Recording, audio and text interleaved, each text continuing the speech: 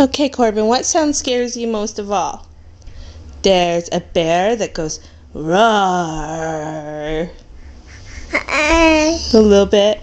How about a kitty cat that says meow, meow? Nothing? How about a lion? Roar. Nothing?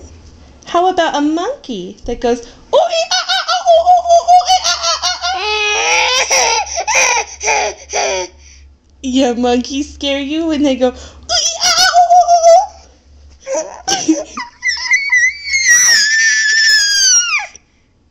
Monkeys scare you? Yeah, they're terrifying. How about a cow that says moo? Mommy does a good cow impression. How about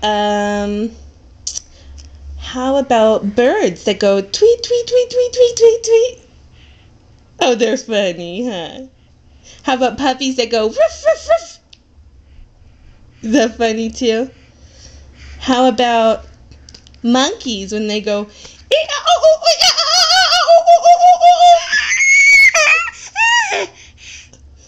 but your nickname is Monkey. You can't be scared of monkeys.